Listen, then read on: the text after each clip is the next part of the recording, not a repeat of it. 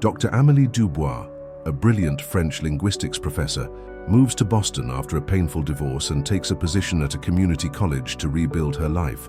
When she encounters Marcus Chen, an arrogant tech entrepreneur who publicly mocks her accent at a coffee shop, she chooses dignity over confrontation. As their paths continue to cross in unexpected ways, Marcus discovers that the woman he dismissed holds credentials that dwarf his own achievements, leading to a journey of humility, growth, and unexpected connection. The autumn rain drummed steadily against the windows of Beacon Brew, a cozy coffee shop nestled in Boston's Back Bay neighborhood.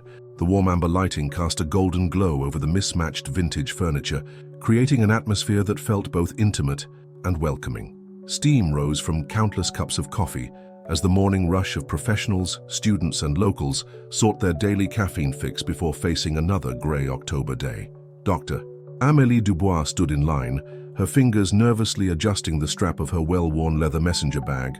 At 38, she possessed an understated elegance that spoke of European sophistication, her dark hair pulled back in a simple chignon, minimal makeup highlighting her intelligent brown eyes, and a tailored navy coat that had seen better days but still maintained its classic lines.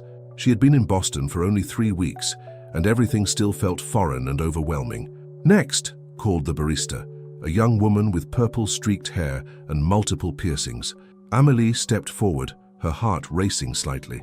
Even after years of speaking English fluently, ordering coffee still made her self-conscious about her accent. "Bonjour, good morning. May I have a café au lait, please? Medium size." "Sure thing, honey, that'll be $4.50. As Amélie fumbled for her wallet, she could hear whispered conversations behind her. Boston was a city of students and academics, but she still felt like an outsider, trying to find her place in this new world. The divorce had been finalized 6 months ago, and moving across the Atlantic had been her attempt at starting over, leaving behind the painful memories of her marriage to Philippe and the prestigious position she had held at the Sorbonne. She found a small table by the window and settled in with her laptop, preparing for her afternoon classes at Boston Community College. It wasn't the Sorbonne, but it was honest work, and her students, many of them immigrants like herself, reminded her why she had fallen in love with linguistics in the first place: the study of how people communicate, how language shapes identity, and how words could build bridges or create barriers. The coffee shop door chimed as a group of well-dressed men entered, their voices carrying the confident tone of successful businessmen. They were in their 30s, wearing expensive suits and speaking loudly about their latest tech ventures and acquisition deals. One of them, an Asian-American man with perfectly styled hair and an air of self-importance, was gesticulating animatedly as he spoke. "So I told the investors," the man was saying, his voice cutting through the ambient coffee shop noise, "if you want to compete in the global market, you need to understand that presentation is everything. Image matters. Credibility matters." Amélie tried to focus on her lesson plans, but their conversation was impossible to ignore in the small space. "Marcus, you're such a perfectionist," one of his companions laughed. "Not everyone can have your standards." Marcus Chen, 35 and the founder of a successful fintech startup, prided himself on his attention to detail and his ability to spot weaknesses in presentations, people, and business proposals. He had built his company from the ground up through sheer determination and an unwavering belief in his own judgment. Today, he was meeting with potential investors for his latest venture, and he was feeling particularly confident. As the group approached the counter, Marcus's attention was caught by the sound of someone speaking nearby. He glanced over and saw Amélie on a phone call, speaking in rapid French to someone who was clearly giving her frustrating news about her apartment lease. "Non, non, je ne comprends pas," Amélie was saying, her voice slightly elevated with stress. "The deposit was supposed to be returned last week." She switched to English as she tried to explain the situation to someone else on a three-way call. "Yes, I understand the procedure, but this is not what was agreed upon in the contract." Marcus nudged his friend Jake and nodded toward Amélie. "Listen to that," he said, not bothering to lower his voice. "That thick accent. How does she expect anyone to take her seriously in business? Come on, if you're going to work in America, at least make an effort to speak properly." His other friend David looked uncomfortable. "Marcus, dude, maybe keep it down." But Marcus was on a roll, emboldened by what he perceived as his friend's attention. "I'm serious, in my business, presentation is everything. Investors want to work with people who sound competent, professional, not someone who sounds like they just stepped off the boat from, where is that, France? Italy? I can barely understand what she's saying." Amelie's phone call had ended, and she couldn't help but overhear Marcus's commentary. Her cheeks flushed with a mixture of embarrassment and anger, but she remained seated, her hands trembling slightly as she gripped her coffee cup.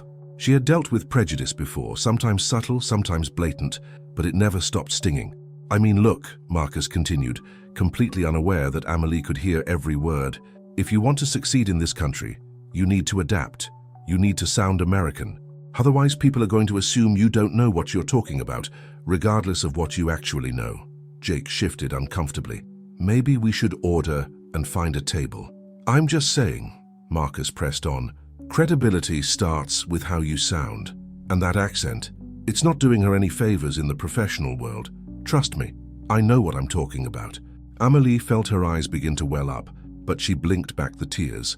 She thought about her students, many of whom struggled with similar prejudices every day. She thought about her own journey, the years of study, the research, the papers published in multiple languages, the international conferences where her expertise was sought after. She thought about the classes she taught on sociolinguistics, where she discussed how accents were often used as tools of discrimination. But in this moment, she felt small and vulnerable, reduced to nothing more than her pronunciation of English consonants. She quietly packed up her laptop and gathered her things. As she stood to leave, she noticed Marcus glancing in her direction. For a brief moment, their eyes met. She saw a flicker of something, perhaps recognition that his words might have been overheard, but it quickly passed. Amelie walked toward the door, her head held high despite the hurt she felt inside. She had been teaching linguistics for over 15 years, had published papers on accent discrimination, and had counseled countless students who faced similar prejudices, yet experiencing it firsthand still cut deep. As she reached for the door handle, she heard Marcus's voice one more time. "See what I mean? She's probably embarrassed because she knows I'm right." The rain had intensified when Amelie stepped outside, but she barely noticed as she walked toward the subway station. The grey skies seemed to mirror her mood as she reflected on the encounter. She had left Paris to escape judgment and start fresh, but it seemed that some challenges followed you wherever you went. 3 days had passed since the coffee shop incident, and Amelie had tried to push the encounter from her mind. She stood before her Introduction to Linguistics class at Boston Community College, watching as her diverse group of students filed in for their Wednesday afternoon session. The classroom was small and slightly outdated, with fluorescent lighting that cast harsh shadows and desks that had seen better decades. But Amelie had grown to love this space and the eager faces that filled it. "Good afternoon, everyone," she said warmly, her accent still present but her confidence restored in this environment where she felt valued and respected. "Today we will explore how language shapes our identity and how society uses linguistic markers to make assumptions about people." Her students, ranging from recent immigrants to working adults pursuing their degrees, leaned forward with interest. Maria, a young woman from El Salvador, raised her hand. "Professor Dubois, I have a question about what we discussed last week and about accent discrimination." "Of course, Maria, please share." "Yesterday at my job interview, the manager kept asking me to repeat myself. I could see his face change when I spoke. I am worried that my accent will prevent me from getting good opportunities." Amelie's heart clenched, remembering her own recent experience. This is unfortunately a common challenge many of us face.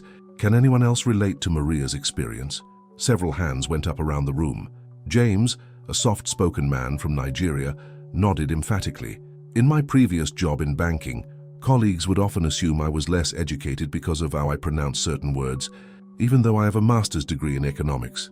"The experiences you share, they illustrate a phenomenon called linguistic prejudice," Amelie explained, writing key terms on the whiteboard.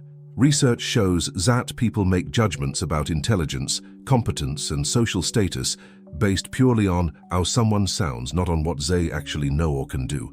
Meanwhile, across town in a gleaming downtown office building, Marcus Chen was having a decidedly different kind of morning. He sat in his corner office on the 23rd floor, overlooking Boston Harbor, frustrated by a conference call that had just ended badly.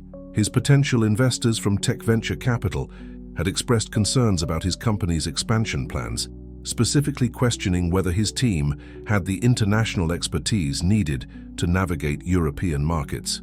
"Marcus," his assistant Jenny knocked on his door, "your 2 p.m. appointment is here. Dr. Richardson from the consulting firm." "Send him in," Marcus replied, straightening his tie and putting on his most professional demeanor. To his surprise, a woman entered his office instead of the man he had expected. Dr. Sarah Richardson was in her 50s, with silver hair and the confident bearing of someone accustomed to boardrooms. Behind her walked a familiar figure that made Marcus's stomach drop. It was the woman from the coffee shop. "Mr. Chen," Dr. Richardson said, extending her hand, "thank you for meeting with us. I'd like you to meet Dr. Amélie Dubois, our European market specialist. She'll be leading the linguistic and cultural analysis for your international expansion." Amélie stepped forward, her expression professional but cool. She was dressed in a sharp charcoal business suit, her hair styled elegantly, and she carried herself with an authority that was impossible to ignore. "Mr. Chen," she said simply, her accent clear, but her tone controlled. Marcus felt heat rise to his face as recognition dawned. He shook her hand, trying to maintain his composure while his mind raced. "Dr. Dubois," he managed. Pleasure to meet you." "Dr. Dubois comes highly recommended," Dr. Richardson continued, oblivious to the tension in the room. "She has extensive experience in international business consulting, having worked with companies expanding into European markets. Her expertise in sociolinguistics and cultural adaptation has helped dozens of American companies successfully navigate the complexities of doing business abroad." Amélie took a seat across from Marcus's desk, her posture straight and professional. "I've reviewed your expansion proposal, Mr. Chen. There are several linguistic and cultural considerations that will be critical to your success in European markets." Marcus tried to focus on her words, but he kept hearing his own voice from 3 days ago. That thick accent. How does she expect anyone to take her seriously in business?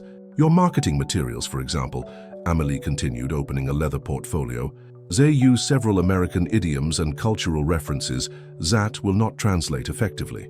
The tone is also quite direct in a way that may be perceived as aggressive in French and German business contexts." Dr. Richardson nodded approvingly. "Dr. Dubois has identified at least 12 potential areas where cultural miscommunication could seriously impact your market entry. Her recommendations could save you millions in failed campaigns and damaged relationships." "I see," Marcus said, his voice somewhat strained. "And what's your background in this area, Dr. Dubois?" For the first time, Amélie's professional mask slipped slightly, and Marcus caught a glimpse of something that might have been hurt or disappointment. "I hold a PhD in applied linguistics from the Sorbonne," she said quietly. "I spent 12 years as a professor there, specializing in intercultural communication and business language. I've published over 40 papers on linguistic adaptation in international commerce." The room fell silent. Dr. Richardson looked between them, sensing undercurrents she didn't understand. "The Sorbonne," Amélie continued, her voice gaining strength, "is considered one of the top universities in Europe for linguistic studies. Perhaps you have heard of it?" Marcus felt as though the floor had dropped out from under him. The Sorbonne, one of the most prestigious universities in the world, 40 published papers, 12 years as a professor. This woman, whose accent he had mocked, whose competence he had questioned, was more qualified in her field than he was in his. "Before moving to Boston," Amélie went on, "I consulted for companies like L'Oréal, Airbus and Danone on their American market entries. I understand both sides of the cultural divide because I've lived and worked on both sides." Dr. Richardson beamed. "As you can see, Mr. Chen, Dr. Dubois brings exactly the kind of expertise your company needs. Her accent, which some might see as a liability, is actually an asset. It signals to European clients that she truly understands their perspective." Marcus wanted to disappear into his chair. Every word felt like a rebuke of his ignorant assumptions. This woman, whom he had dismissed as incompetent based solely on how she sounded, was clearly far more accomplished than he had imagined. That's very impressive," he managed weakly. Amélie studied his face for a moment, and Marcus wondered if she remembered him from the coffee shop. Her expression gave nothing away, but there was something in her eyes, not anger exactly, but a quiet dignity that made him feel even smaller.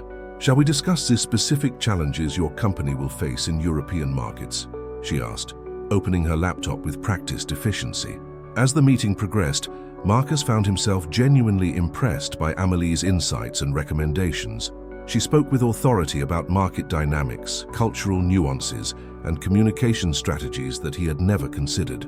Her accent, which he had so foolishly criticized, now seemed to lend authenticity to her expertise. When the meeting ended an hour later, Dr. Richardson was clearly pleased. "I think this partnership will be very beneficial for everyone involved," she said, shaking Marcus's hand. As they prepared to leave, Marcus found himself alone with Amélie for a moment. "Dr. Dubois," he began hesitantly, "I wanted to say—" "Mr. Chen," she interrupted gently, "I look forward to working with your team. I believe we can help your company succeed in ways you have not yet imagined." She left without another word, leaving Marcus alone in his office, staring out at the harbor and feeling smaller than he had in years. 2 weeks into their professional collaboration, Marcus found himself checking his watch obsessively during company meetings, anticipating Dr. Dubois' arrival. What had started as shame-induced anxiety had gradually transformed into something he couldn't quite name, a mixture of professional respect and personal curiosity that made him deeply uncomfortable. The conference room on the 15th floor buzzed with nervous energy as Marcus's core team assembled for their most crucial presentation yet. Representatives from 3 major European investment firms were joining via video conference, and Amélie's cultural insights would be essential to securing the funding they desperately needed. "Everyone ready?" Marcus asked, adjusting his tie for the 3rd time in 5 minutes. His usual confidence felt shaky, and he knew it had everything to do with the woman who had quietly revolutionized his understanding of international business in just 14 days. Amélie entered precisely at 9 a.m., carrying herself with the same professional grace that had begun to captivate Marcus, despite his best efforts to maintain emotional distance. She wore a deep burgundy blazer that complemented her dark hair, now styled in a sophisticated low bun that spoke of European elegance.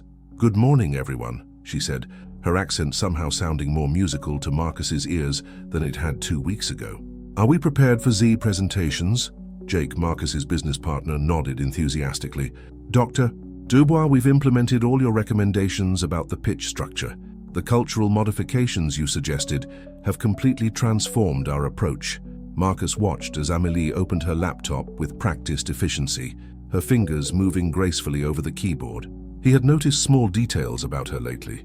The way she unconsciously tucked a strand of hair behind her ear when concentrating, how her eyes lit up when discussing linguistic nuances, the gentle way she corrected cultural misunderstandings without making anyone feel foolish. "Z German investors will appreciate directness, but wrapped in formal courtesy," Amélie explained, reviewing their presentation slides. "Z French team will expect sophisticated reasoning and will be skeptical of American enthusiasm. Z Swiss representatives will focus entirely on financial precision and risk assessment." As the video conference began, Marcus found himself watching Amélie more than the investors on screen. She seamlessly transitioned between languages during the presentation, offering clarifications in German when Mr. Weber looked confused, switching to French when Madame Laurent requested additional details about market penetration strategies. "Excusez-moi," Madame Laurent interrupted in French, "but could you elaborate on your cultural adaptation methodology?" Amélie responded fluently, her posture straightening with obvious pride as she discussed her research. Marcus caught fragments of her explanation, something about ethnographic analysis and socio-linguistic frameworks, but found himself more fascinated by the transformation in her demeanor. This was clearly her element, her area of expertise where she shone brightest. Mr. Weber leaned forward on the screen. "Dr. Dubois, your analysis of German business communication patterns is remarkably accurate. May I ask where you developed this expertise?" "I conducted extensive research on Germanic business linguistics during my tenure at Sorbonne," Amélie replied. "I also spent 2 years consulting for Volkswagen and Siemens on Z American market entries, which gave me practical experience from Z opposite perspective." Marcus felt his stomach tighten. Every detail he learned about her background made his initial judgment seem more ignorant and cruel. Volkswagen, Siemens, the Sorbonne. This woman had worked with some of the most prestigious companies and institutions in the world. The presentation concluded with enthusiastic approval from all 3 investment firms, with specific praise for the cultural sensitivity and international expertise demonstrated by Marcus's team. As the video conference ended and team members began filing out, Marcus lingered in the conference room. He had been wrestling with guilt for 2 weeks, and the success of today's meeting had crystallized his need to address what had happened at the coffee shop.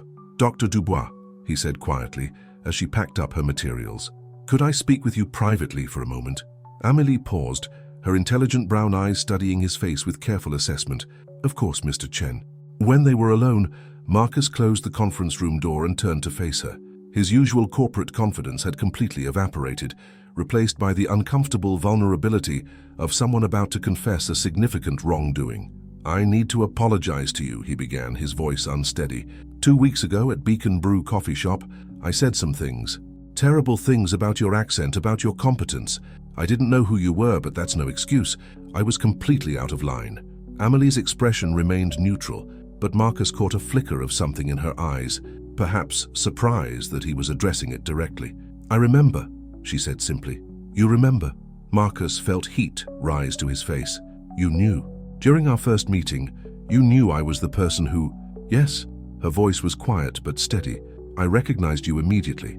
Marcus sank into one of the conference room chairs, the full weight of his shame settling over him. "God, you must think I'm a complete asshole. And you still worked with me professionally, helped my company, made me look good in front of those investors." "Mr. Chen," Amelie said, taking a seat across from him, "I've encountered linguistic prejudice many times in my career. Your comments were hurtful, yes, but they were not unique. That doesn't make them acceptable." She was quiet for a long moment, her fingers tracing the edge of her laptop case. "May I ask you something?" "Of course. When you heard my accent that day, what did you assume about me?" Marcus winced.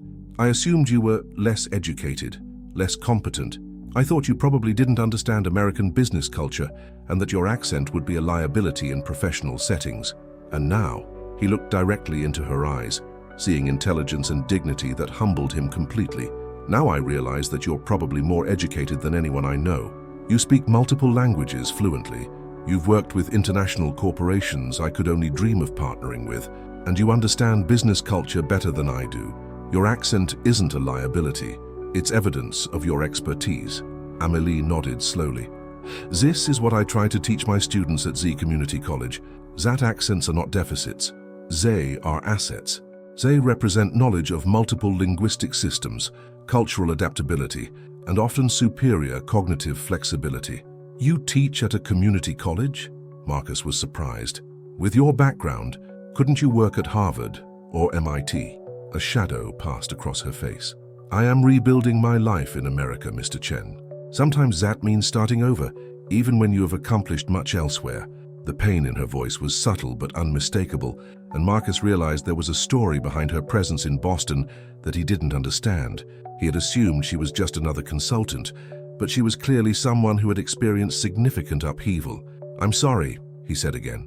"Not just for what I said at the coffee shop, but for all the assumptions I made.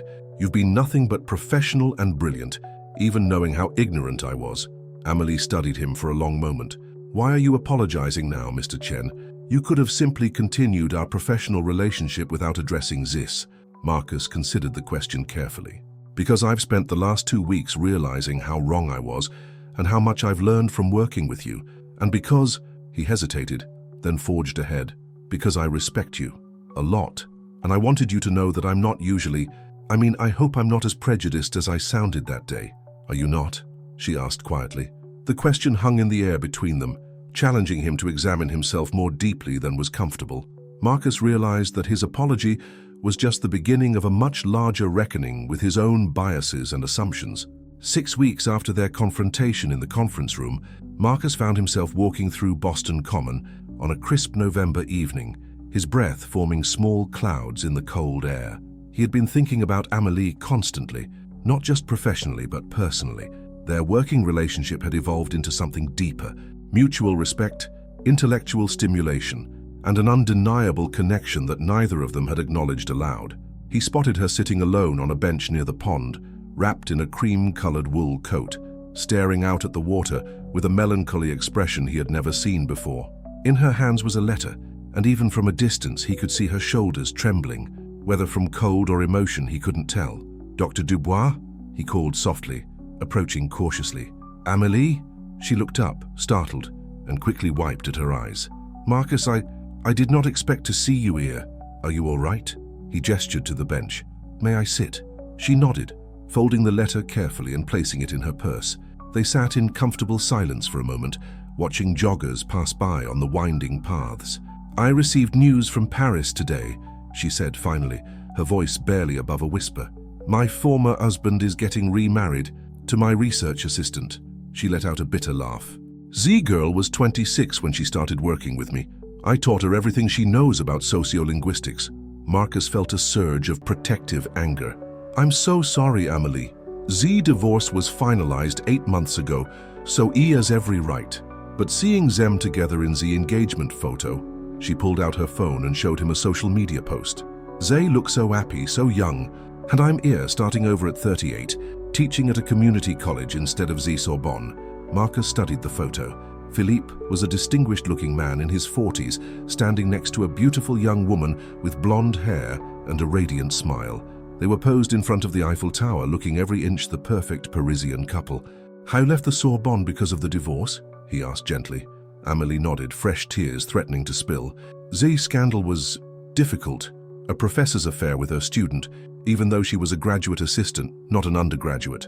Zay whispers. Zay looks from colleagues. I could not continue there, so I applied for positions in America, thinking I could start fresh." She laughed hollowly. "Instead, I encountered people like you in coffee shops reminding me that I do not belong anywhere." The words hit Marcus like a physical blow. "Amelie, I do not mean that to hurt you," she said quickly. "You have apologized and you have changed. But that day in the coffee shop hearing you mock my accent? It confirmed every fear I had about starting over in America, that I would always be seen as a foreign woman who does not speak properly, regardless of my qualifications." Marcus moved closer on the bench, fighting the urge to take her hand. "Your accent isn't a flaw, Amelie. It's part of who you are, and who you are is extraordinary." She turned to look at him, surprise flickering in her eyes. "Marcus, I've learned more from you in 6 weeks than I learned in 4 years of business school," he continued, his voice gaining strength. "You've revolutionized how my company approaches international markets. You've challenged every assumption I had about communication, culture, and intelligence. You've made me a better businessman and, honestly, a better person." But I'm starting over," she said, her voice breaking. "At 38, I'm teaching basic linguistics to community college students while my ex-husband publishes papers with the woman he left me for. I'm living in a tiny apartment in Somerville, shopping at the discount grocery store, trying to rebuild a career that once spanned multiple continents." "And you're succeeding," Marcus said firmly. "Your students adore you. I've seen the evaluations, Amelie. They don't just respect you, they love you. You're changing their lives, helping them see that their own accents and languages are assets, not liabilities." He pulled out his phone and showed her a LinkedIn post from Maria, one of her students. "Look at this. Maria got promoted to supervisor at her company. She credits your class with giving her the confidence to embrace her bilingual abilities as professional strengths." Amelie read the post, fresh tears flowing down her cheeks. "I did not know," she wrote, "Z's. There are dozens more. James from Nigeria is applying to graduate school in economics. Rosa from Mexico started her own translation business. You're not just starting over, Amelie. You're building something new and meaningful." They sat quietly for several minutes, watching the last light fade from the sky. Finally, Amelie spoke again. "Why are you here, Marcus? In the park, I mean. This is not exactly on your way home from the office." Marcus felt heat rise to his face. I come here sometimes to think. And lately I've been thinking about you a lot. About our business partnership." "No," he said quietly. "About you. About how I misjudged you so completely, and how you've changed my entire perspective on everything." Amelie turned to face him fully, studying his expression in the dim light from the park lamps. "Marcus, we work together. This is complicated. I know. But I also know that I've never met anyone like you. Your intelligence, your resilience, your grace in the face of ignorance like mine." He paused, gathering courage.